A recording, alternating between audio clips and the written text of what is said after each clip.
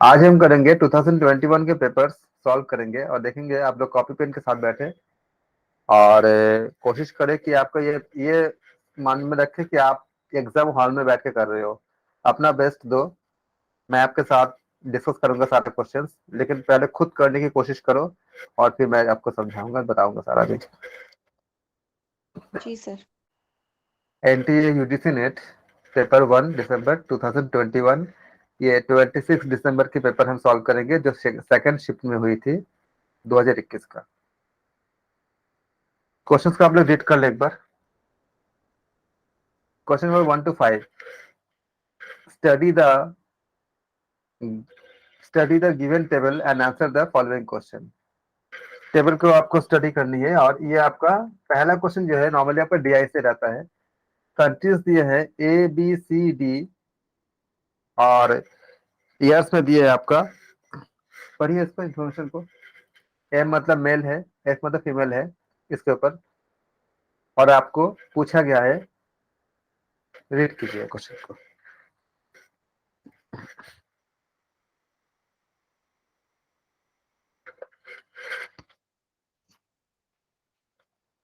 क्या बोला है?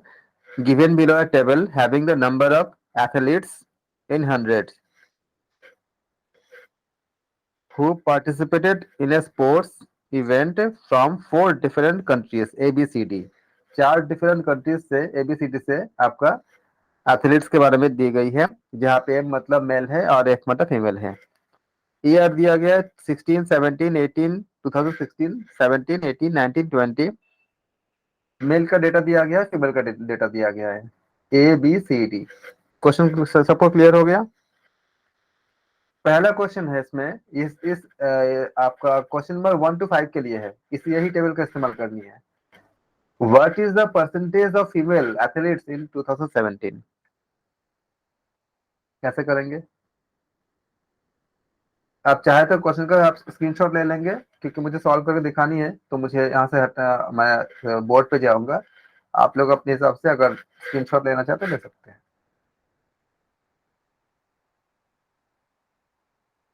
तो पहले क्या बोला है आपका? What is the percentage of female athletes in 2017? बताइए कितना होगा। पहले क्या करेंगे, टोटल नंबर ऑफ फीमेल को हम ऐड करेंगे। तो टोटल नंबर ऑफ फीमेल, और जिसका आंसर आते जाए बताते जाए। एथलीट्स इन, मैंने शॉर्ट लिख दिया ATH करके, एथलीट के लिए 2017 कितने होंगे, ऐड करेंगे डेटा को। 2 पॉइंट, देखो कितनी कितनी है, 2.9 है, 0.9 सर, 1.7। 1.9, 3.8, सबको ऐड करो कितना हो गया? 10.3 शायद। 10.3। तो क्या करेंगे, 10.3 हो जाएगा। और ये क्या किसमें गिवन है? 100 में गिवन है, तो इंटू क्या करेंगे, 100 कर देंगे। तो कितना हो जाएगा आपका? 1030, क्योंकि क्वेश्चन में दिया है ना इन 100। ये आपका क्या फीमेल निकल गए। अब टोटल मेल कितने होंगे? Total number of male count करें कितना होंगे। मेल के लिए 4.3, 3.8, 3.2 एंड 4.8। इसको भी हम 100 से मल्टीप्लाई करेंगे तो कितना हो जाएगा? 4.3 प्लस 3.8, ये DI का क्वेश्चन है, data interpretation, plus 3.2 plus 4.8, add करें कितना आएगा? 16.1, राइट। और इसको हम क्या करेंगे, 100 से मल्टीप्लाई कर देंगे, इंटू 100 करेंगे क्योंकि 100 में दी हुई है। तो इंटू 100 करेंगे तो कितना आ जाएगा हमारा? 1610 आ गया। किसी को डाउट? किसी को डाउट नहीं है मेरे ख्याल से। अब क्या वो निकालनी है हमको? रिक्वायर्ड परसेंटेज निकालनी है। रिक्वायर्ड परसेंटेज बताइए कितना आएंगे। Required percentage is equal to,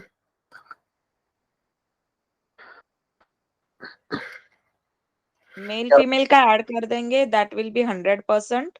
उसमें से 1030 जो फीमेल्स का है उसका कितना percentage have three calculated. Zero बिल्कुल, बाई 1030 प्लस 1610। किसी को समझ में ना आए तो पूछ लें।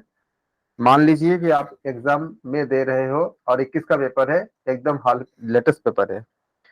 इसको सॉल्व करेंगे तो कितना आ जाएगा आपका, 1030 बाई 2640 इंटू 100%। कितना आएगा आपका, 39%। कौन सा ऑप्शन सही होगा आपका? ऑप्शन सी सही होगा। 3%। हम्म। मैंने एक करके दिखा दिया, आप जल्दी जल्दी करो। बी वाला पढ़ो क्या पूछा है। In which country has the minimum number of male athletes during 2016 से 2020 तक? किनके पास आपका मिनिमम नंबर ऑफ आपका एथलीट्स है 2020 से लेकर 2016 के अंदर? आप काउंट करें, ए में कितनी है, मेल देख लो कितनी है, ए का कितनी, ए का, बी का, सी का, डी का, सब काउंट करो करके बताओ। 2016 में मेल कितनी है, देखो 3.6 है, फिर कितनी है आपका 3.7 है, फिर कितनी है आप, सॉरी फीमेल नहीं ना, मेल चाहिए। 4.2 सर। हाँ हाँ ऐड करेंगे ना हम सब, ये हाँ 2016 सबका का ऐड करेंगे। ए का ऐड करिए अलग से, बी का करिए, सी का करिए, डी का करिए, फिर जो जी। आएगा उसको 100 से मल्टीप्लाई कर दीजिए। उसमें सबसे जो मिनिमम होगा वो आंसर हो जाएगा। आप कितनी जल्दी अब ऐड कर सकते हो। ये देखो मेल 3.6 है, यहाँ नहीं पे है सर, ABCD दिया है ना, तो फिर वर्टिकली ऐड करना है क्या? 16 का, तो आपका 16 का है ना। अच्छा अच्छा 16 17 का, हाँ वर्टिकल कीजिए। वर्टिकली करना है या हॉरिजॉन्टली करना है, मतलब जैसे 2016 का अगर आपको मेल, एक, फिर बी अगर का आपको, प्लस, फिर सी नहीं का, फिर नहीं, डी का। कंट्री वाइज पूछा है ना, तो कंट्री वाइज पूछा है तो हमें एक वर्टिकली करना पड़ेगा। ए का बोला है ना, तो ए का आपको वर्टिकल करने पड़ेगा ना, क्योंकि ए का, बी का, सी का, तो पूरा राइट। वर्टिकल करेंगे इसको। कितना आ गया, 28.2 आ गया।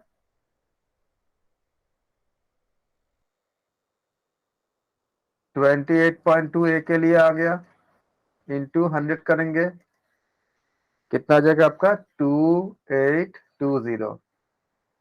मैं दिखा देता हूँ ऐसे, आप बाकी का निकालिए, बी का निकालिए। बी के लिए क्या हो जाएगा, ये पार्ट पूरा हो जाएगा बी के लिए। 4.2, 3.8, 5.4, 6.7।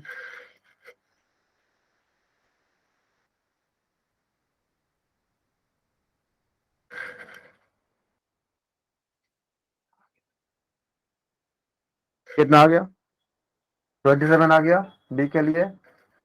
ए का आपका आ गया ऐड करने पे 28.2, 100 से बी का मल्टीप्लाई कितना करो। आया? बी का कितना आ बी का जाएगा, ऐड करो। बी का आपका 27। सी का 27। कितना आ ओके गया, सर, आप ही बता दीजिए ये नंबर ही। 17.5। ऐड करके देखो ना, देखो सी का ऐड करो, मेल सर का। एक बार पूरा पूरा दिखाइए ना सर, ऊपर थ्री छूट पॉइंट गया है फोर थोड़ा सा। आप इसको ऐड करो ना, देखो यहाँ पे ऐड करो। जब आप ए के लिए करते हो ना, ए में कितने मेल है, 3.6, 4.3, 5.3, 17.5 हो जाएगा सी का। सबको ऐड कर दिए। इसके बाद आपका बी कंट्री के लिए क्या है आपका, 4.3, 3.8, 5.4, 6.7, 6.9, इन सबको ऐड कर दो, बी का निकल जाएगा, 27 आ जाएगा। सी का ऐड करो, सी के लिए क्या है आपका, 3.4 है, 3.2 है, 3.7 है, 3.1 है, 4.1 है। इसका ऐड करो, कितना आएगा, 17.5 आ गया। सर लास्ट का 22.8 आ जाएगा डी का। और डी का कितना आ गया आपका, 22.8। 27.8 आएगा। सर 22 या 27? 22 है सर सर। 20 कितना आ रहा है आपका, 22 आ रहा है आपका। सर काउंट कर लेता हूँ दोबारा।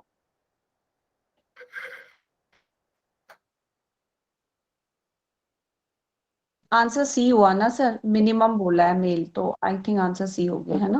हाँ सर 27 हो गया, ठीक हाँ, 100 से मल्टीप्लाई की जरूरत नहीं है, क्योंकि खाली ये पूछे, मिनिमम पूछे, अगर वैसे। क्वांटिटी पूछता तो 100 से मल्टीप्लाई कर देते, हम्म, क्योंकि 100 से मल्टीप्लाई करोगे तो भी आपको मिनिमम सी ही आएगा। तो ऑप्शन क्या हो जाएगा, सी करेक्ट है।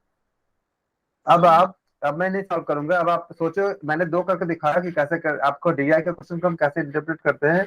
अब आप थर्ड क्वेश्चन को खुद करो, क्योंकि मैं नहीं चाहता कि मैं खाली बैसाखी बन के आपके साथ रहो, ऐसा नहीं चाहता मैं। थोड़ा सा आप खुद रीड करो, डेटा आपके सामने है, और आप उसको सॉल्व करने की कोशिश करो। थर्ड क्वेश्चन में क्या पूछा है? थर्ड में पूछा है आपका, which country has the best total male female ratio from 2016 से 2020 तक। सबसे अच्छे मेल फीमेल किसके लिए है? मेल टू फीमेल रेशियो निकालनी, सोचो, याद रखना। बहुत सिंपल है। रेशियो मतलब क्या हुआ? टोटल नंबर ऑफ मेल निकाल लो और टोटल नंबर ऑफ फीमेल निकाल लो, डिवाइड कर दो। वो तो हम निकाल ही चुके थे। कितना निकला था एक के लिए? 28 पॉइंट कितना निकला था? 2 निकला था। अब फीमेल को निकाल लो। फीमेल का कितना आएगा बोलो? ए के लिए, कंट्री ए के लिए निकाल रहा हूँ। ए के लिए कितना था? 28 पॉइंट तो निकाल ही चुके थे यहाँ पे। अब फीमेल कितना होगा आपका? 3.2, 2.9, 3.9, 4.3, 7.2। दोनों का सबको ऐड करो, कितना आ गया? 21.5 आ गया। इन दोनों को डिवाइड कर दो, 28.2 और 21.5, क्योंकि रेशियो निकाल लिया मेल टू फीमेल। कितना आ गया? 1.31 आ गया। अब आप चेक करके बताओ कि ये आपको समझ आया जो मैंने बताया अभी क्वेश्चन थर्ड के लिए? अगर किसी को ना समझ में आए तो बताए। सर ये रेशियो वाला निकाल के एक बार बताएंगे क्या? रेशियो में क्या बोला? मेल क्या बोला? देखो, मेल फीमेल का रेशियो, तो मेल कितनी है? ए के लिए कितने मेल निकाले थे आपने? मेल ये सर पूरा, काउंट समझ आ गया, ये रेशियो वाला, ये रेशियो कैसे निकाले वो 28 मैं अपॉन बता दो, पहले काउंट तो कर 21। दीजिए। पहले कितना है? 28.2 आया था ना। जी और फीमेल का कितना है? फीमेल का ऐड कीजिए, देखिए कितना आएगा। फीमेल का कितनी है एक कंट्री के लिए? ये फीमेल का है 3.2, 2.9, 3.9, 4.3, 7.2। सबको ऐड कर दीजिए, कितना आएगा? 21.5 ही आएगा। मैं, हाँ बताइए कितना आया? 21.5 आया। जी सर। अब क्या बोला? रेशियो पूछा है, तो रेशियो क्या करेंगे? तो लिखेंगे टोटल। अगर लिखने की जरूरत नहीं है, मैं कल समझाने के लिए लिख रहा हूँ, एक दो वहां तक आपको कल आंसर निकालनी है। Total male to female ratio in country. इसे लिखने की जरूरत नहीं है, खाली समझाने के लिए मैं लिख रहा हूँ, वहां तो खाली आपको खाली आंसर निकालनी है। मेल कितने आ गए थे? 28.2। फीमेल कितने आ गए थे? 21.5। दोनों का डिवाइड कर दो, 282 बाई, अब अगर आप लोगों ने याद रखा है जो मैंने शॉर्टकट से समझाया था तो आपको हेल्प करेगा। नहीं याद करोगे तो आपको डिवाइड करने पड़ेंगे। 1.31 आएगा।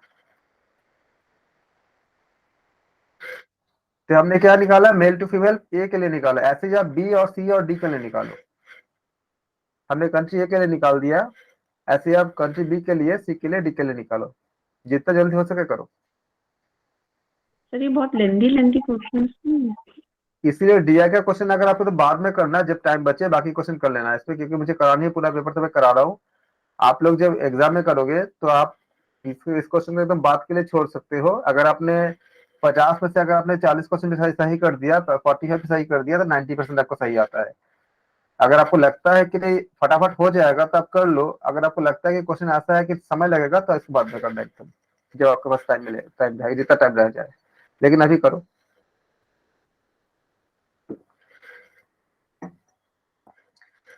यही सब वजह से मैं शॉर्टकट से समझा रहा था। मैं क्यों समझा रहा था? मैंने बोल रहा था ना कि मेरे क्लास की जरूरत उस सब वो बेसिक चीजें बताने के लिए नहीं है कि आपको 6, 7, 8 कैसे समझा, वो आप खुद करके आए हो या उसको कर सकते हो। अब देखो, आपको तो जोड़ने नहीं आता, जोड़ना तो आता ही है, लेकिन प्रॉब्लम हो रही है ना, इसी को बचाने के लिए मैं ट्रिक्स बता रहा था बार बार। लेकिन अभी आप ऐड करो।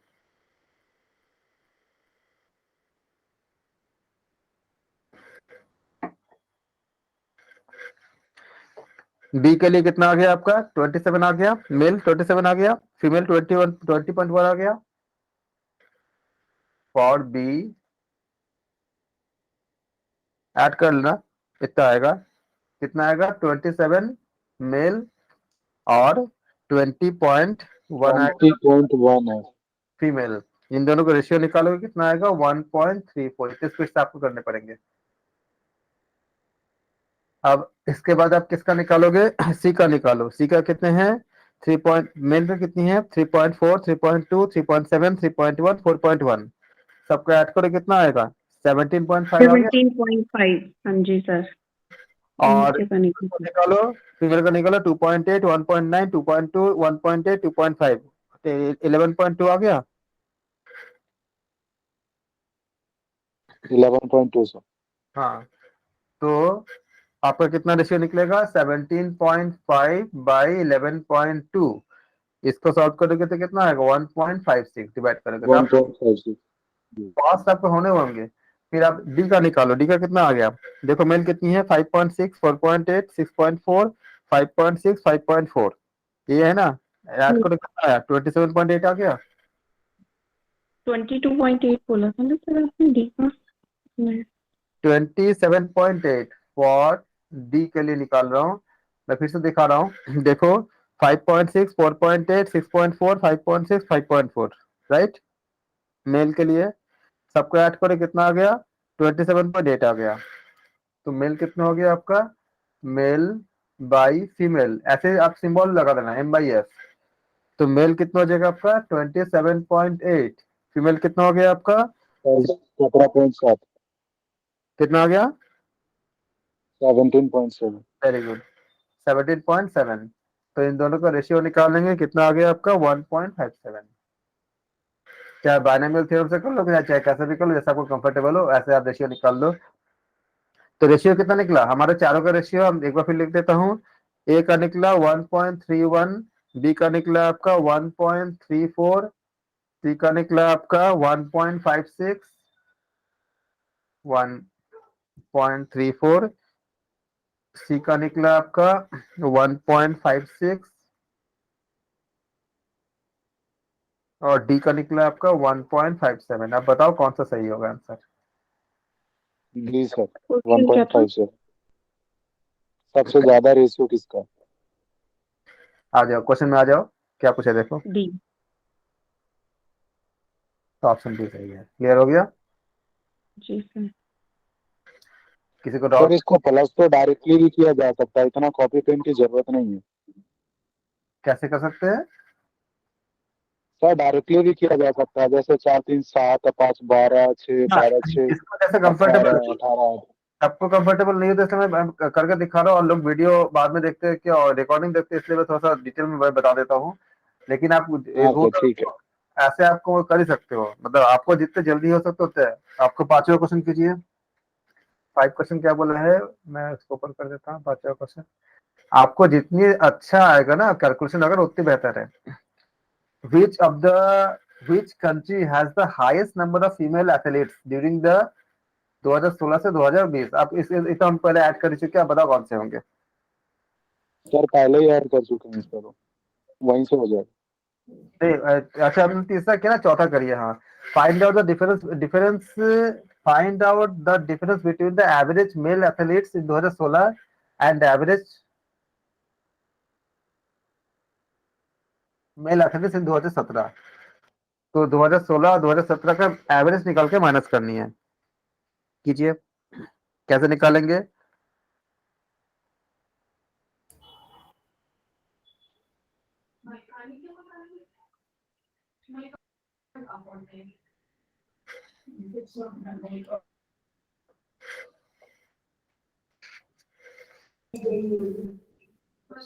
और इसका 17.5 आ रहा है। हम्म, कौन सा आंसर होगा? ऑप्शन कौन से होंगे? ए सर। पांचवा, which country has the highest number of female athletes during the, कीजिए पांचवा कीजिए।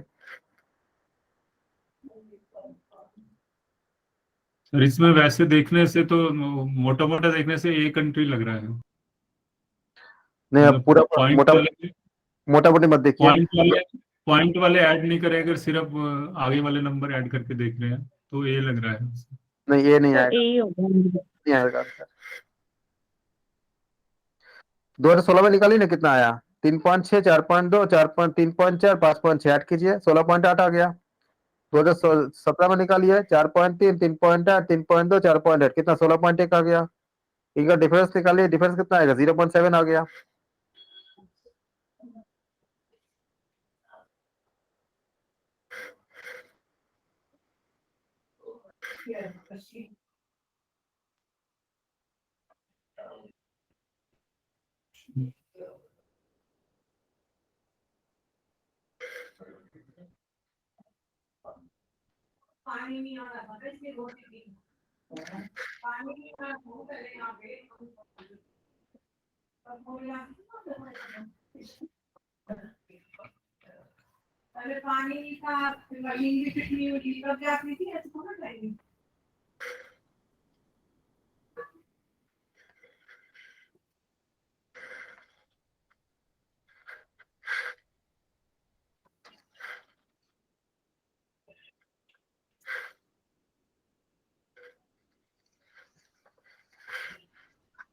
सर इसमें सबको ऐड ही करना था ना फिफ्थ में।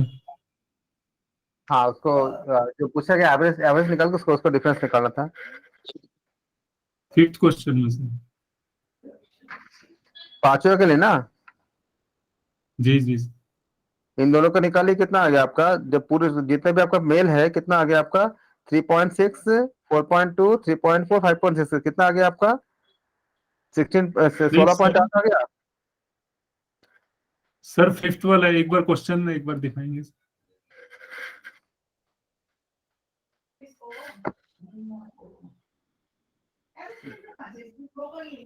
हाईएस्ट नंबर ऑफ फीमेल बोला है सर इसमें। ऑप्शन बी सही होगा ना। तो ये सर इन्हीं को ऐड करेंगे ना, जैसे 16 से 20 तक फीमेल, तो एक ही हाँ, ज्यादा, देखो एक ही ज्यादा आ रही है टोटल। 2016 में निकालते हैं। 2016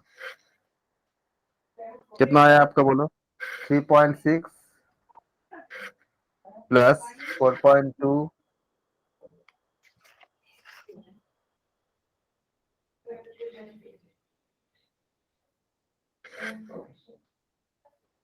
सर ये तो मेल है, ये सर वो मेल हो गया ना, फीमेल चाहिए ना। फीमेल पूछा है सर इसमें। क्वेश्चन में क्या पूछा है, क्वेश्चन पूछा है कि female sir highest female number sir. हाँ, तो अच्छा था ड्यूरिंग, फीमेल का। हाँ, तो ये सर कॉलम वाले को ऐड करेंगे ना, वर्टिकली ऐड करेंगे हम। हाँ, हाँ, वर्टिकल कीजिए। मैं मेल का तो सोचा। इसमें ए कंट्री का ज्यादा बन रहा है बी से। ठीक है, ओके। सर वर्टिकली ऐड होता चला जाएगा ना, 2016, 17, 18, 19 और 20, क्योंकि 4 ईयर का पूछा है ना उसने, 2016 से 20। बिल्कुल।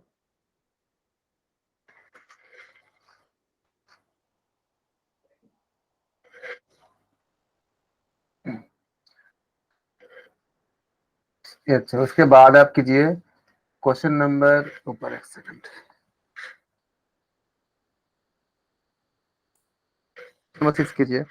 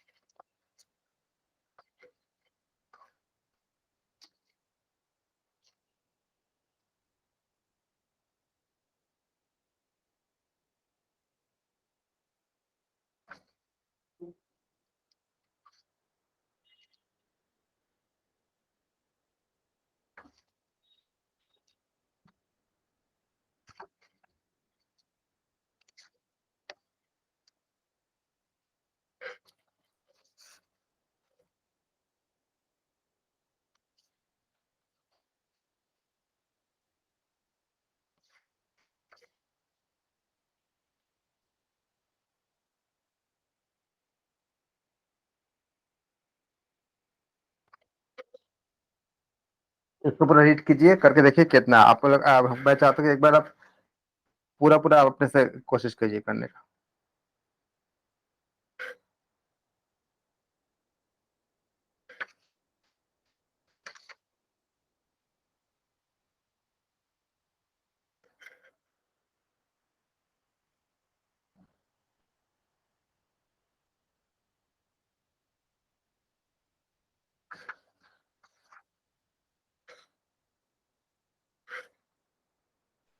सर बी होना चाहिए। कौन सा बोल रहे हो, डी होगा? Sir B. B sir. Okay, और बताइए, बाकी लोग बताइए, सबका डी आ रहा है? डी नहीं सर, बी फॉर बॉल। अच्छा, बी फॉर बॉल, बी आ रहा है, बताइए।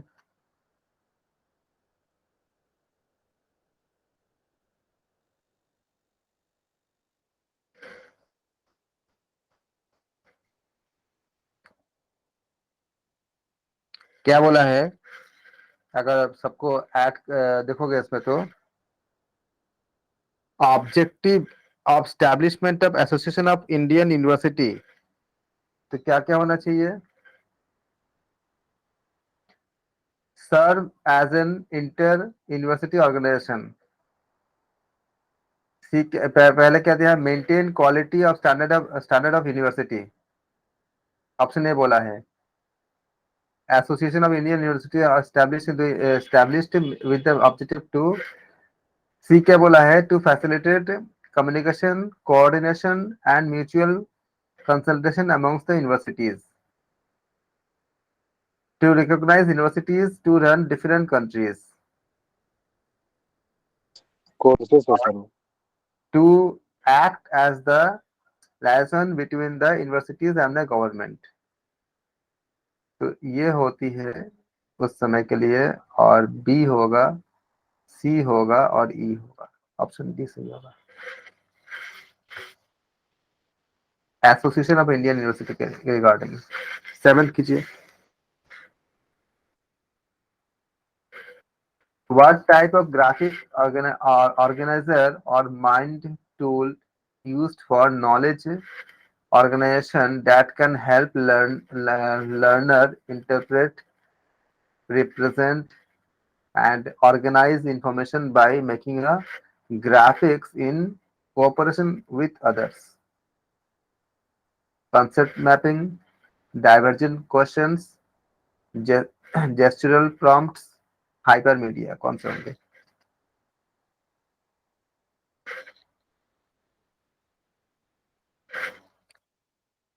कॉन्सेप्ट मैपिंग आपका जो यूज होती है किसमें हेल्पफुल होती है? किसके लिए? लर्नर के इंटरप्रेट करने, रिप्रेजेंट करने और ऑर्गेनाइज करने के लिए इंफॉर्मेशन को ग्राफिक्स के रूप में।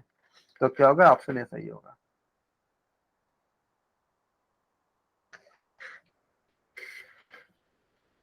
मैच कीजिए। Communication programme. सर इसको थोड़ा सा जूम कर दीजिए, दिख नहीं रहा है ठीक से मुझे।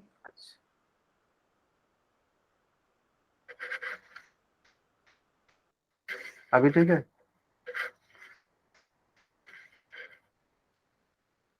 आप अपने पास से भी जूम कर सकती है।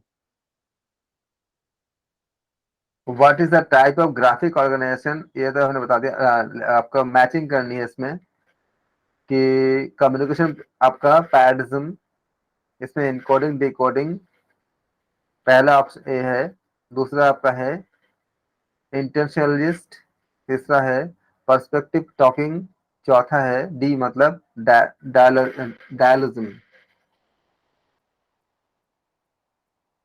इसके साथ इसको मैच कीजिए। सर ऑप्शन दिखाइए ना, लास्ट के दो वाले ऑप्शन दिखाइए।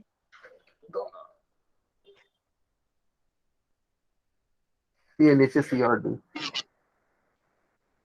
मैं थोड़ा सा जूम आउट कर देता हूँ।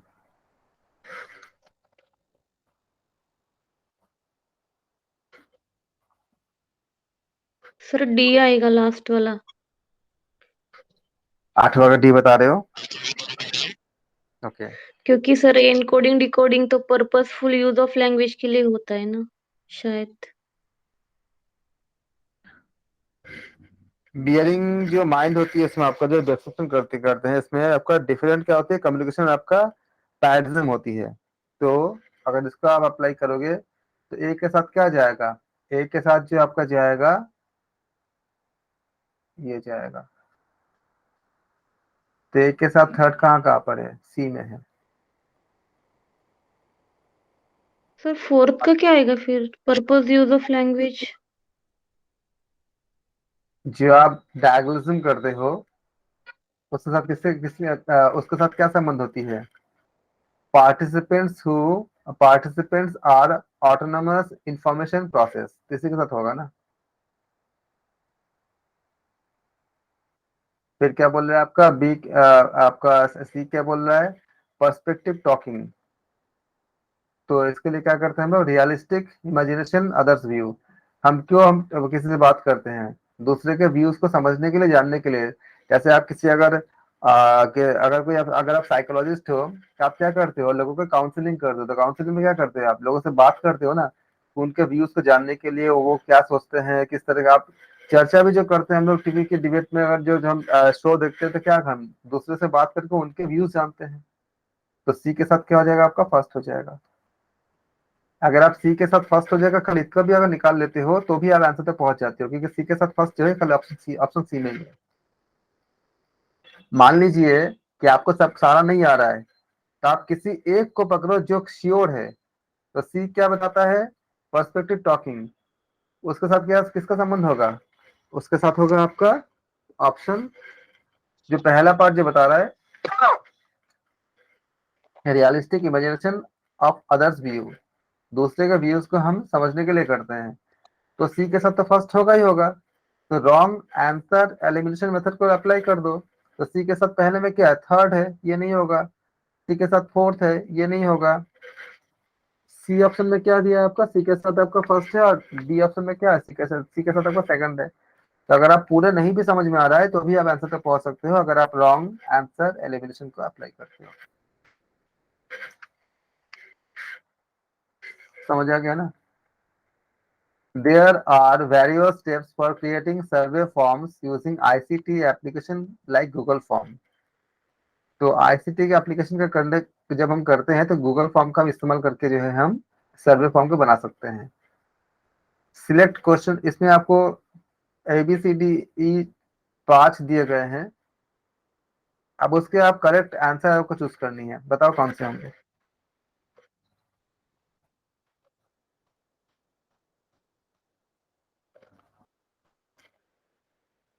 क्या बोला है? Select question type and create. तो क्वेश्चन आप सिलेक्ट पहले ही करते हो, तो क्या होगा? ये होगा सर, ए से शुरुआत ये होगा। अगर ए से शुरुआत होगा तो ऑप्शन बी क्या कहाँ से कर रहे हैं? बी से शुरुआत कर। एक ही नहीं। तो बी क्या बोल रहा है? Give name to survey form and save.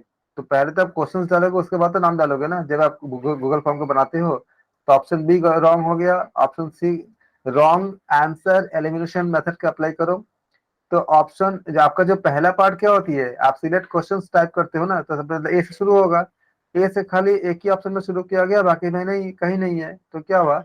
आप अगर सारा चीज आपको समझ में नहीं भी आ रहा है, नहीं भी पता है, तो रॉन्ग आंसर एलिमिनेशन से आप तीनों को रॉन्ग को निकाल दिया, आपने सही तक पहुंच गए। बाकी आप सबको आपको मैच करा लो।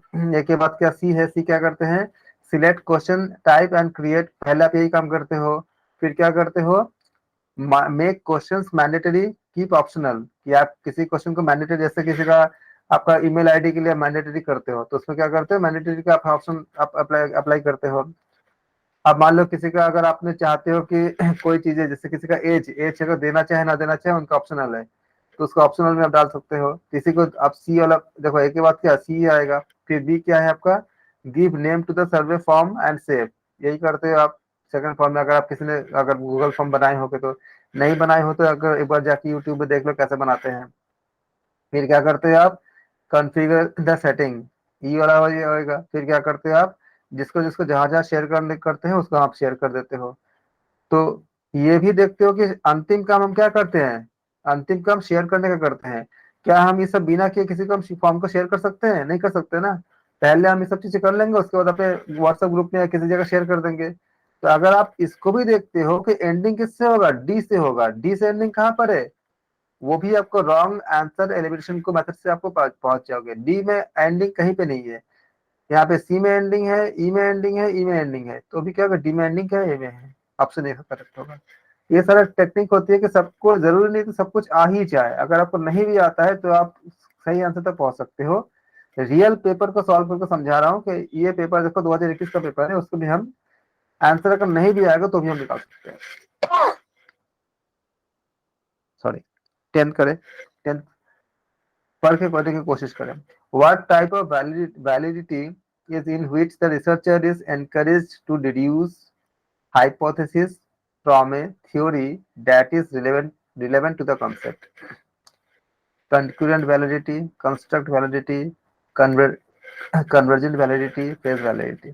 अगर आपको वैलिडिटी के बारे में डाउट हो तो हमने बहुत समझा कर रखा है वैलिडिटी के बारे में, वीडियो देखना क्लियर हो जाएगा, या फिर मदान जी का बुक पढ़ना, या मैंने बहुत इसके ऊपर क्लासेस दे के रखे हैं, रिकॉर्डेड वीडियो देख सकते हैं। जिन लोगों को आ रहा है उन लोगों को बताइए कौन से होंगे।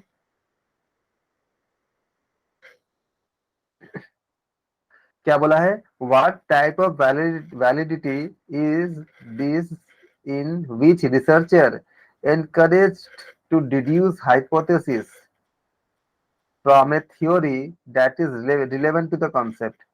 तो क्या करता है वो? कंस्ट्रक्ट वैलिडिटी करता है। ऑप्शन बी करेक्ट याद करो, सारा चीज हमने बताया था। Construct validity is used to deduce hypothesis from a theory related to concept, बताया था ना। It is used when the concept cannot be observed directly. आप डायरेक्टली आप देख नहीं सकते उसको। So the different related variable or factors are used to deduce the hypothesis. उस hypothesis को deduce करने के लिए हम क्या करते हैं? हमने बताया था इसको कि क्या क्या वेरिएबल और फैक्टर्स के ऊपर हम उसको स्टडीज करते हैं। तो क्या हो जाएगा? ऑप्शन बी सही होगा। अब आ जाओ क्वेश्चन 11 में आ जाओ।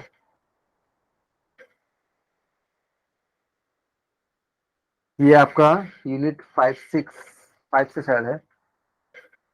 Senthil said, "This lady is the wife of the grandson of my mother." Wife of the grandson of my mother. Senthil is the only son of his mother and has no sister. Who is the son? Who is the Senthil to the lady?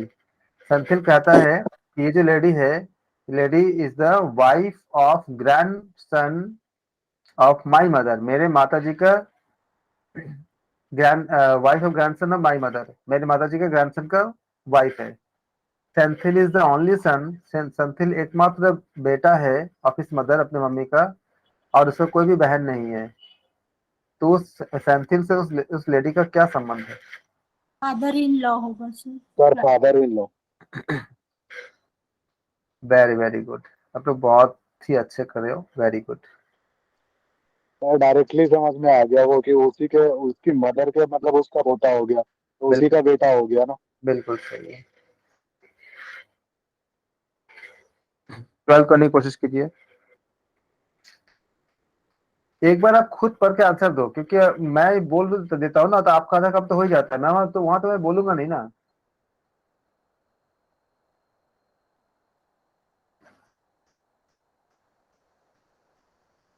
ये आप लोग सब लोग MA yoga करके आए हैं, आप लोग अनुमान प्रमाण, आपको सब 3 प्रकार के प्रमाण पढ़ के तो आप जानते हो, तो होपफुली कि आप फैमिलियर हो।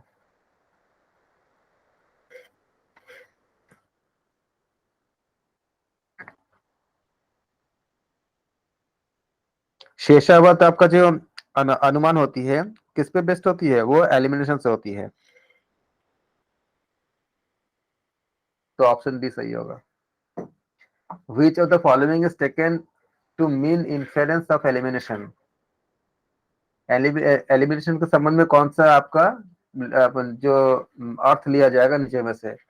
In which the inferred character is the residuum of a process of elimination that excludes other character. तो इसमें आप लोगों ने अनुमान इत्यादि पढ़े होंगे, सारा प्रमाण इत्यादि सब कुछ पढ़े होंगे, तो इसमें शेषावत अनुमान के अंतर्गत ही आता है। तो ऑप्शन डी सही होगा।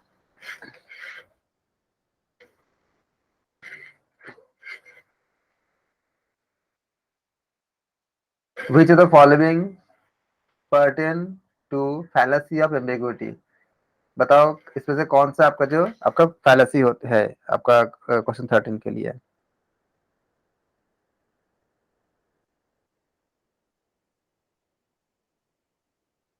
आप जानते हो इक्वल वोकेशन जो होती है वो लगभग सिमिलर होती है किसके, आपका एम्बिगुइटी के। तो क्या हो जाएगा, ऑप्शन ए करेक्ट हो। कुछ दिन पहले हम बात कर रहे थे नेटवर्क क्वेश्चन इंपॉर्टेंट के लिए। नेटवर्क सर ये 11 13 क्वेश्चन किससे रिलेटेड है, मेरे को समझ नहीं आया ये। ये आप जो प्रमाण वाला आपका जो सेक्शन है ना उसी में है, उसमें उसमें सब कुछ आपका जो हाँ, वो अनुमान और आगम वाला जो ये है। अगर डिटेल में जाओगे उसमें उसका आपका आपका यूनिट है वो हमने स्टडी नहीं किया, लेकिन मैं क्योंकि आप सब योगा में आप लोग पढ़े हो गए अलग अलग जगह पे, दर्शन में योगा में, तो उसका संबंधित है हाँ ये। सर, दर्शन में है, प्रमाण में जो है अनुमान आगम उपमान ये चीजें। अनुमान का भी कई कई प्रकार होते थे उसमें, जैसे हम बोलते थे उसमें ना कि पूर्वावत अनुमान हो गया, फिर आपका शेषावत अनुमान हो गया। अगर आप पेशवत हो गया। हाँ, एक और भी है कि हम पहले ही अनुमान लगा लेते हैं कि ये चीज हुई होगी तो ये हो रहा है। हाँ जी, क्योंकि आप सब एमए योगा करके आए हो तो मैं इसलिए मतलब उसका सर पढ़ा है, लेकिन ये क्वेश्चन देख के समझ में नहीं आया बस कोई डिटेल बात में। कोई बात नहीं। आप इसको ये कीजिए 14 कीजिए, नेटवर्क सिस्टम। पता है यही होता है, मैं आपको पेपर क्यों कराता हूँ, यही होती है कि उनका जो टेक्निकल वर्ड होती है ना उसी को पकड़ने में आप लोगों को आता सब कुछ है। आप लोगों को वैसे वो बताते हैं ना कि 6% रिजल्ट होते हैं, मैं बता रहा हूँ कि 70% लोगों को आता होगा, सब पढ़ के जाते होंगे, लेकिन वहां पे इनको कनेक्ट नहीं कर पाते। इसी को हमें आपको सही करनी है। आपको ज्यादा नॉलेज देने की जरूरत नहीं, क्योंकि आप लोग ऑलरेडी मतलब पढ़ ही रहे हो, मतलब आप लोग एमए का योगा करके आए हो सारे लोग, तो और सब कुछ जानते ही हो।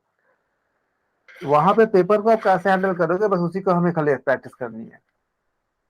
मैच कीजिए, जैसे देखो अभी अभी हमने क्या किया, रॉन्ग। ऑप्शन डी, इसका बी आएगा। सर ऑप्शन बी डी है होगा, बी। सर बी होगा, क्योंकि ऑपरेटिंग सिस्टम मैक है तो एक ही मैथ है। बहुत बढ़िया।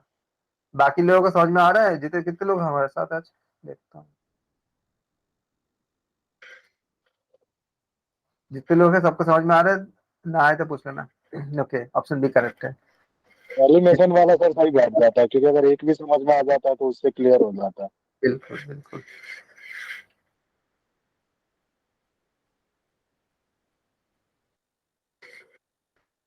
चलो आप लोगों की अगली परीक्षा है, बताओ what number come next in this sequence. कौन सा नंबर आएंगे, आप स्टडी करो नंबर के सीक्वेंस को और बताओ कौन सा नंबर आएंगे।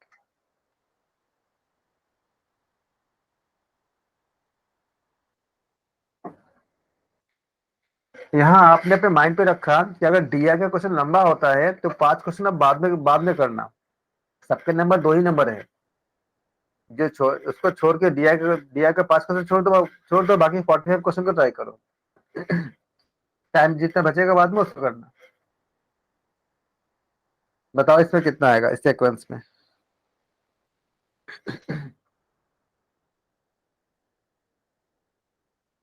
मैं बता दूं, चलो मैं बता दे रहा हूँ, ज्यादा समय हमारे पास होता सबको नहीं है। समझ में आ रहा है इसमें। देखो पहले क्या दिया है आपका, आप लोग ट्राई करोगे मैं बताऊं। सर आप बता दीजिए, कुछ समझ में ही नहीं आ रहा कि किस बेस पे नंबर लिया है इन्होंने। ठीक है, 19648 पहला नंबर है, ठीक है।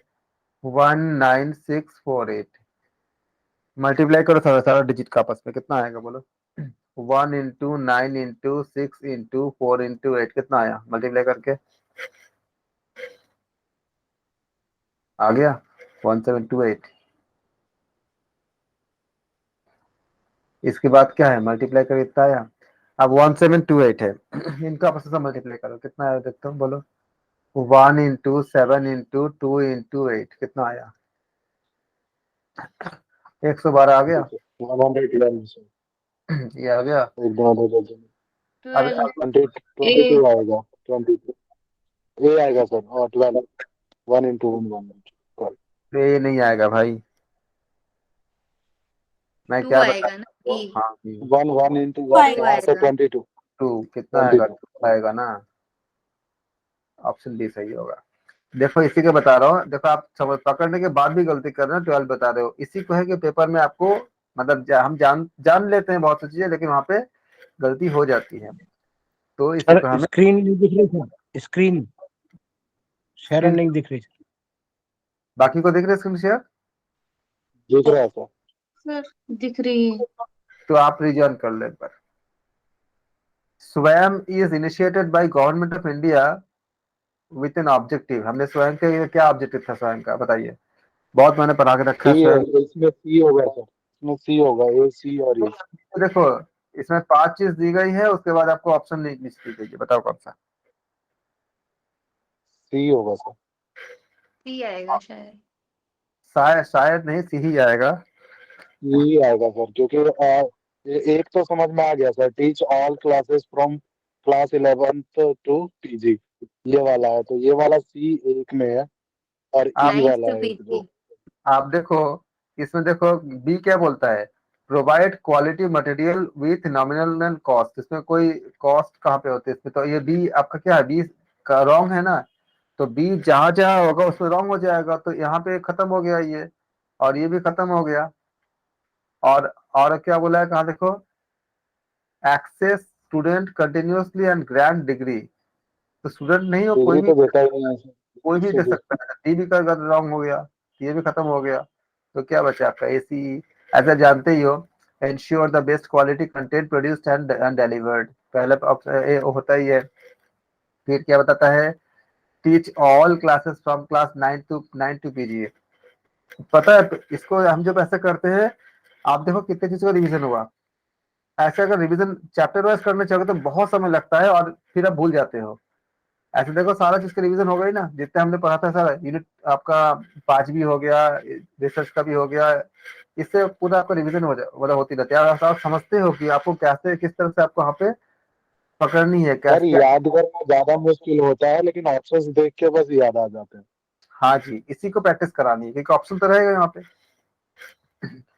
फिर क्या आता है, ई क्या बोल रहा है, access by anyone anywhere at any time. तो क्या होगा, ऑप्शन सी सही होगा। पूरा 3 से 4 महीने खाली ऐसे ही करने होते हैं, जिन लोगों का निकलते हैं वो ऐसे ही करते हैं कि आपको लास्ट के जो 2-3 महीने होते हैं वो खाली पेपर ही ऐसे सॉल्व करते रहते हैं। आप मैच करो लिस्ट 1 और फर्स्ट और सेकंड से। क्या बोला है देखो, द एजुकेशन कमीशन। मैंने बोला था आप लोगों को कि 9th और 10th यूनिट में कुछ नहीं है, खाली किसी टीचर की जरूरत नहीं है, खाली कहानी है। आप लोग खाली उसको रीड करना कि हमारे उच्च शिक्षा के पूरा इतिहास है, वैदिक शिक्षा से लेकर के, गुरुकुल शिक्षा से लेकर के, आपका ब्रिटिश समाज के समय के शिक्षा से लेकर के आधुनिक शिक्षा तक, ये पूरा खाली कहानी है उसमें सर कुछ। इसमें सी होगा। हाँ, उसको याद सर कर। इसमें सी होगा, क्योंकि एजुकेशन कमीशन 1964 से 66 का था। अब बताओ ऑप्शन ऑप्शन ओके, बाकी लोग क्या बोल रहे हो। बिल्कुल सही है, क्योंकि आप जानते हो कि पहला क्या बोला है, द एजुकेशन कमीशन। ये में क्या बोला है, एजुकेशन कमीशन। 1964 टू 66। हाँ, नेशनल पॉलिसी ऑन एजुकेशन। सी क्या बोला है, यूनिवर्सिटी एजुकेशन कमीशन। डी क्या बोला है, नेशनल नॉलेज ऑफ कमीशन। अब देखो ये क्या बोल रहा है, एजुकेशन कमीशन। एजुकेशन कमीशन का स्थापना के बारे में टाइमिंग क्या होती थी, आप लोगों ने याद किया होगा, अगर आपने जो बताया था याद करने के लिए। तो 1964 से कब तक था,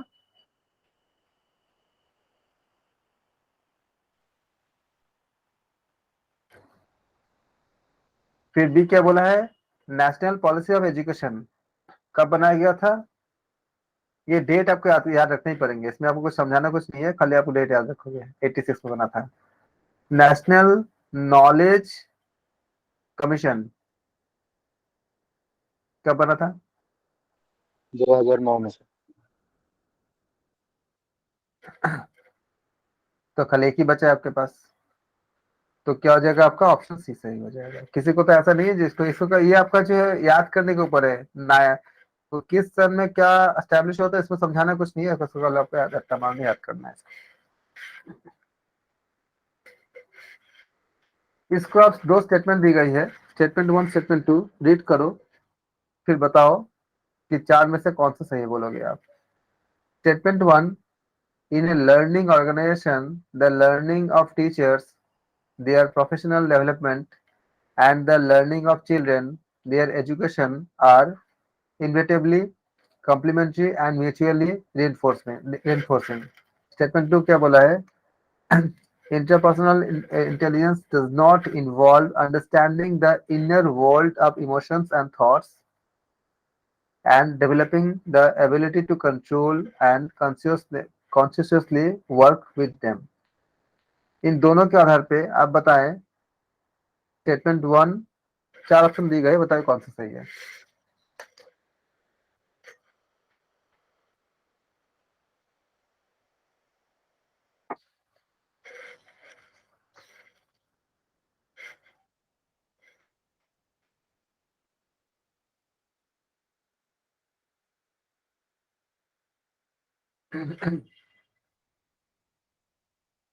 स्टेटमेंट 1 तो करेक्ट है, लेकिन स्टेटमेंट 2 करेक्ट नहीं है, तो ऑप्शन सी सही होगा। क्या बोला है? इंटरपर्सनल, स्टेटमेंट 2 में interpersonal intelligence does not involve understanding and inner world of emotions and thoughts, ये गलत है ना? जबकि पहला वाला क्या सर है? इंट्रापर्सनल है तो फिर ये सही आएगा ना सर, इंटरपर्सनल पर्सनल आता तो गलत आता ना sir. Intrapersonal intelligence does not involve understanding the inner world of emotions and thought and developing the ability to control the consciously work with them. तो स्टेटमेंट 2 स्टेटमेंट 1 से मिलाओ। In a learning organization, the learning of teachers, their professional development, and the learning of children, their education are inevitably complementary and mutually reinforcing। तो बताओ, लग रहा है आपको कि सेकंड वाला सही है या फर्स्ट वाला सही है? फर्स्ट वाला मुझे सही तो लग रहा है दोनों सर। सही लग रहा है। सेकंड जो सेकंड है, वाला भी मुझे लग रहा था बिकॉज ऑफ इंट्रापर्सनल वाला ये। हाँ सेकंड सही नहीं है, सेकंड रॉन्ग है, ऑप्शन सी सही होगा।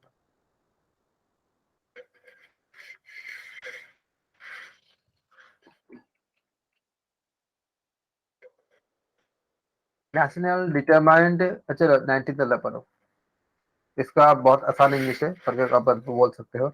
लेकिन देखो इसमें ना आपको कुछ या तो आप कर पाओगे या तो नहीं कर पाओगे, इसमें कल रट्टा मारने वाला का डेटा है, मतलब जीके की तरह क्वेश्चन नहीं है। तो जिन लोगों का जितना जीके स्ट्रांग है बताएं, क्योंकि आपको याद करने की चीज है। यूनिट 9 को याद करना पढ़ना, उसमें आपको ये यूनिट 9 से दिया गया है, जो यहाँ पे पॉल्यूशन इत्यादि के बारे में, एनवायरनमेंट के बारे में बताया गया है। उसमें कुछ डेटा होते हैं, उसको आपको याद करने पड़ते हैं कि ग्रीन हाउस एमिशन का कितनी है, बाकी जितने भी आपका पॉल्यूशन से संबंधित जो डेटा है उसको आपको याद करने पड़ते हैं। तो बताओ 19 वाला क्या आंसर होगा? ये एम डी क्या? ऑप्शन नहीं दिखाई दे रहा है सर। 35%। अच्छा ऑप्शन 35%। ये तो ऑप्शन तो दिखाई तो दे रहा है, ऑप्शन तो दिखाई तो दे रहा है ऑप्शन का 19 का ऑप्शन सबको। दिखाई दे रहा था, उसी के नीचे कौन सा? ये तो है ऑप्शन, देखो ना, ये ऑप्शन है, ये ऑप्शन है, 35% है ऑप्शन 35% बोल रहे हो? जी। 35% करेक्ट नहीं है। ये एम किया गया था कि रिड्यूस करने के लिए ग्रीन हाउस इफेक्ट एमिशन 2030 तक बाय 40%, ऑप्शन बी सही है। अब देखो इसमें ना समझाने का कुछ नहीं है, ये आपको याद करने पड़ेंगे, जो डेटा है ये जीके का क्वेश्चन है, ये पढ़ना पड़ेगा। ये आपको याद करने पड़ेंगे, इसमें समझाने की कुछ और ये सर ये हर बार वो लेटेस्ट देंगे, जरूरी नहीं है कि बैक का दें। हाँ इसलिए जो आपका यूनिट यूनिट इसलिए आप जो हमेशा जो न्यूज वगैरह के जो अपडेट रहते हो ना, इसके इसी से आपको मिलती है न्यूज वगैरह देखना, या मतलब लेटेस्ट आपका जो करंट अफेयर्स वगैरह के ऊपर, खासकर जो आपका ये मतलब पॉल्यूशन ये भी ऐसे जो रिलेटेड है सर, इन्वायरमेंटल साइंस वाला। मैच करनी है लिस्ट 1 के साथ लिस्ट 2 का। ऑर्गेनाइजेशन में क्या है? सीईसी, इग्नू, एनआईओएस, ये सब आपका ऑर्गेनाइजेशन है। और नेचर ऑफ कोर्स फॉर मूक, तो मूक के लिए out of school students, under graduate education, teacher training programme. C होगा सर, बी सी होगा सर, बी बी सी होगा। बी आएगा। बी इग्नू जो है वो डिस्टेंस एजुकेशन के लिए होता है ना, be out of for school. Boy. School आप लोग स्टूडेंट। देखोगे अगर सब कुछ पता नहीं रहेगा तो रॉन्ग आंसर एलिमिनेट कर दो, ऑप्शन अपने आप आंसर मिल जाएगा। मुझे सिर्फ एक ही पता था, मैं उससे गेस किया, आउट ऑफ स्कूल वही सब स्टूडेंट। करते ही हैं, जो आपका जो अगर आप आईए वगैरह का मुझे अगर इंटरव्यू देखोगे ना, जो इंटरव्यू लेने वाले जो आपका जो जो फैकल्टीज वगैरह होते हैं, उनसे हमने बहुत सारे हमने इंटरव्यू देखा, उन्होंने वो बोलते हैं कि ये हम आशा नहीं करते कि सबको सब कुछ पता ही होगा, लेकिन हम स्मार्ट तरीके उसको देखते हैं कि स्मार्ट तरीके से कैसे इसका हैंडल कर लेता है। वो भी बोलते हैं। एक बार तो किसी से बात भी हुआ था, हमारे मतलब साथी थे, वो मतलब यूजीसी के कोई मेंबर थे, वो बोलते हैं कि हमें पता है, लेकिन हम क्वेश्चन को ऐसा देते हैं कि बच्चा कितना स्मार्ट है, अगर वो स्मार्ट होगा तो आंसर पकड़ लेगा। वो भी ऐसा ही देते हैं कि उनको वो अगर चाहते तो मिक्सअप करके दे नहीं सकते थे कि आप उसका मतलब रॉन्ग आंसर का एलिमिनेट ना कर पाओ, वो भी पॉसिबल है बनाना। लेकिन वो बनाते ही ऐसे हैं कि उसमें बच्चे के पास अगर थोड़ा सा इंटेलिजेंस होगा तो उस रॉन्ग को निकाल देगा। अब देखो सारे क्वेश्चन ऐसे ही बनते हैं, वो अगर चाहते तो ऐसे भी बना सकते हैं कि आप रॉन्ग आंसर का एलिमिनेट ना कर पाओ, लेकिन वो बनाते ऐसे हैं कि आप कितना स्मार्ट हो उसको स्मार्टली कितना आप इसका हैंडल करते हो, तो देखो मैक्सिमम हो जाती है। आपने बिल्कुल सही किया, आप लोगों ने बहुत अच्छा किया, बहुत बढ़िया। और यही बहुत बड़ी मतलब अचीवमेंट है कि अगर आपको सारा ऑप्शन नहीं भी पता हो तो भी आप सही ऑप्शन तक पहुंच जाओ, ये हर जगह काम करता है। The advantages of diagonal communication are resistance, side tracking। आप लोग पढ़ के करो क्या होना चाहिए, डायगोनल कम्युनिकेशन का एडवांटेजेस क्या होती है। सर सी आएगा शायद। अब शायद को लगा देती है कोरोना। सर कंफर्म नहीं, डायगोनल डायगोनल है एलिमिनेशन तो का साइड यूज किया ट्रैकिंग होगा है। तो। डायगोनल कम्युनिकेशन जो होती है आपका, तो बिल्कुल सही है, सी ऑप्शन सही है। डायगोनल कम्युनिकेशन जो होती है यूजफुल होती है आपका साइड ट्रैकिंग, बूस्टिंग। बूस्टिंग आपका जो मोरल इत्यादि करते हैं, आपका एनहेंसिंग करते हैं, कोऑर्डिनेशन करते हैं, ये सब के लिए। तो क्या हो जाएगा आपका ऑप्शन सी सही हो जाएगा। सर मैंने वो साइड शायद ट्रैकिंग और लगा के दिया सर, कोऑर्डिनेशन अगर को शायद कंफर्म करके। वेरी गुड, यही करना होता है, बस देखो आप आंसर तक पहुंच गए ना, बस यही चाहिए कि आप आंसर तक पहुंच जाओ।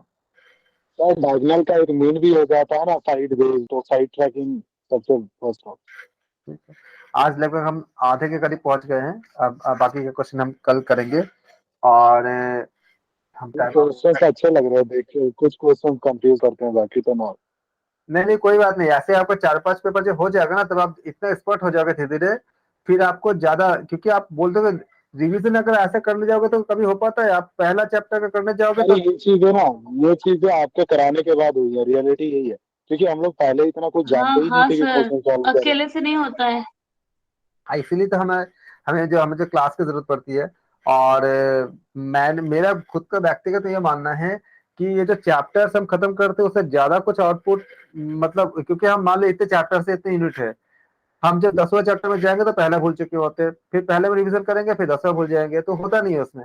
लेकिन जब ऐसे हम सॉल्व कराते हैं तो इसमें सारे चैप्टर्स इंक्लूड होते हैं।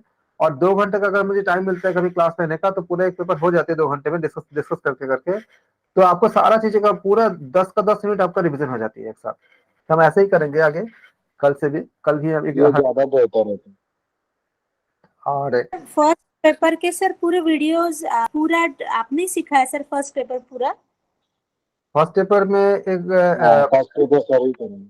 नहीं, पहला यूनिट मैंने नहीं कराया था, पहले यूनिट ने हमारे दूसरे फैकल्टी ने कराया था, बाकी सब मैंने ही कराया है।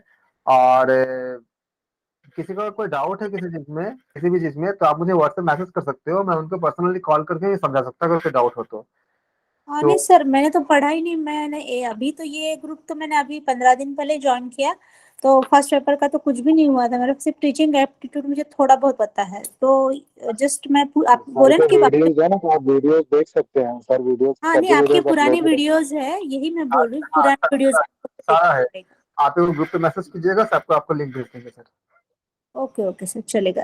थैंक यू सर, धन्यवाद। उसमें कोई सर डाउट प्लीज होगा। सर, वो हाँ जी बोले। वो सर एक एक बार वो अगला जो नंबर आता है ना सर, 1947 वाला, वो बता दीजिए सर, वो जो इंटू कौन करके किया था, वो नेक्स्ट नंबर क्या आएगा? एक दूसरे नंबर पे इंटू किया था, फिर नेक्स्ट 112 नंबर के बता बाद सर क्या नंबर आएगा? यही वाला सर।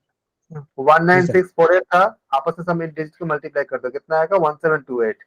और यही आपका नेक्स्ट, ये क्वेश्चन क्या था, ये था 19648 कॉमा 1728 कॉमा 112, फिर कौन सा ऑप्शन क्या आएगा, फिर जैसे 4 ऑप्शन दिए थे। तो जी इसका सर। पैटर्न क्या था, डिजिट को आपस में मल्टीप्लाई कर दो तो नेक्स्ट मिल जा रही थी, ये आपका इसमें समझना था। तो 1 इंटू करोगे तो कितना आएगा, 2 1 2 इंटू, फिर इसको 2 1 2, तो कितना आ जाएगा आपका, 2 आ जाएगा, तो ऑप्शन 2 सही था। धन्यवाद। हम सर एक चीज और पूछनी है हाँ सर बोलिए। प्लीज। जो मेल फीमेल वाला था उसमें आपने जो डिवीजन किया था वो किस ट्रिक से किया था? डिवीजन नॉर्मल, उसको तो मैंने जो किया था मैं तो मतलब बायनोमियल लगा दिया था। बायनोमियल अगर आपको नहीं आता नॉर्मल डिवीजन कर लो। मैं मतलब बायनोमियल से क्या होता है कि बहुत जल्दी हो निकल जाते हैं बायनोमियल थ्योरम से। तो बायनोमियल थ्योरम तो अभी अगर आप नहीं कर पाओगे तो आप नॉर्मल डिवीजन कर लो सिंपली। ऐसे सर में इसको समझाने में टाइम लगेगा आपको? ऐसे मैंने काफी चीज मैंने समझा के रखा है। आपका यूनिट 5 में बहुत से वीडियोस बने हैं यूनिट 5 का। बाद में लोगों को बहुत दिक्कत भी हो रही थी कि ट्रिक्स से मतलब बहुत, क्योंकि ट्रिक्स समझने के लिए थोड़ा सा बेसिक चाहिए होता था। तो मैंने काफी बता के रखा है। आप उसको देखो। अगर आपको कोई डाउट हो तो आप मुझे मैसेज करना, मैं आपको अलग से सिखा दूंगा कि अगर बायनोमियल थ्योरम में ऐसा कुछ जानना चाहते हो, क्योंकि यहाँ पे सिखाने जाऊंगा तो ये आपका जो सॉल्व कर रहे हो वो डिस्टर्ब हो जाएगा। अगर आपको कुछ उसमें कुछ डाउट होता हो या कुछ अगर नया सीखना चाहते हो तो बताना, तो मैं ट्रिक्स वगैरह बता दूंगा। डिवीजन किसी क्लास ही रख लूंगा यहाँ पे, डिवीजन का एडिशन का ट्रिक्स होते हैं उसके। अब बहुत जल्दी आप मतलब डिवाइड मल्टीप्लाई एडिशन कर लेते हो, वो करा दूंगा। ठीक है sir, thank you sir. Thank you. ओंकारं सर्वे भवन्तु सुखिनः, सर्वे सन्तु निरामया, सर्वे भद्राणि पश्यन्तु, मा कश्चित् दुःखं स्नुवन्। ओम शांति ओम शांति ओम शांति। आप सबको प्रणाम। सबका दिन मंगलमय हो। हम धन्यवाद सर। इसके बाद हम पेपर सॉल्व